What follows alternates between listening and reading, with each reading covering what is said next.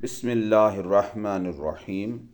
اولئک علی ھدی من ربہم واولئک ھم المفلحون۔ وہی اپنے رب کی طرف سے ہدایت پر قائم ہیں اور وہی کامیاب ہیں۔ مفلحین کا معنی ان ہدایت یافتہ لوگوں کے متعلق فرمایا، یہ مفلحون ہیں۔ مفلح اس شخص کو کہتے ہیں جو اپنے ہر مطلوب کے حصول میں کامیاب ہو اور اس کو درد اور تکلیف دہ چیز سے نجات حاصل ہو، اور یہ اس کا مقام ہے۔ جو عقائد صحیحہ کا حامل ہو، اعمال صالحہ سے دائماً متصف ہو اور اعمال سیئہ برے اعمال سے دائماً مجتنب ہو۔ کامیابی اور مطلوب کے حصول کی دو قسمیں ہیں، دنیاوی کامیابی اور اخروی کامیابی۔ دنیاوی کامیابی کا حصول ان چیزوں پر موقوف ہے جن سے انسان کی زندگی آسانی اور سہولت کے ساتھ اور عیش اور آرام کے ساتھ گزر جائے، اور اخروی کامیابی میں چار چیزیں ہیں: بقا ہو اور فنا نہ ہو، عزت ہو اور ذلت نہ ہو، غنا ہو اور فقر نہ ہو، علم ہو اور جہل نہ ہو۔ بعض روایات میں ہے کہ مومن قلت یا علت یا ذلت سے خالی نہیں ہوتا۔ نیز نبی صلی اللہ علیہ وآلہ وسلم کا ارشاد ہے، اللہم ان العیش عیش الآخرۃ۔ اے اللہ، خوشگوار زندگی تو صرف آخرت کی زندگی ہے۔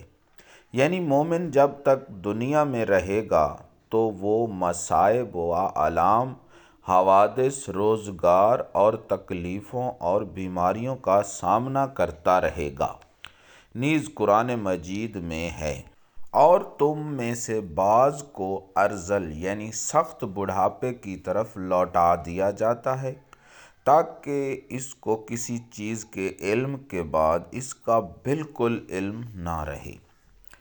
یعنی جب انسان بہت بوڑھا ہو جاتا ہے تو اس کا مزاج اور اس کا دماغ بچوں کی طرح ہو جاتا ہے، اس کا حافظہ ختم ہو جاتا ہے، اور جس طرح وہ اپنے بچپن میں مسائل سے ناواقف اور نابلد تھا، اسی طرح بڑھاپے میں ناواقف ہو جاتا ہے۔ لیکن یہ عام دنیا دار لوگوں کے بڑھاپے کی کیفیت ہے۔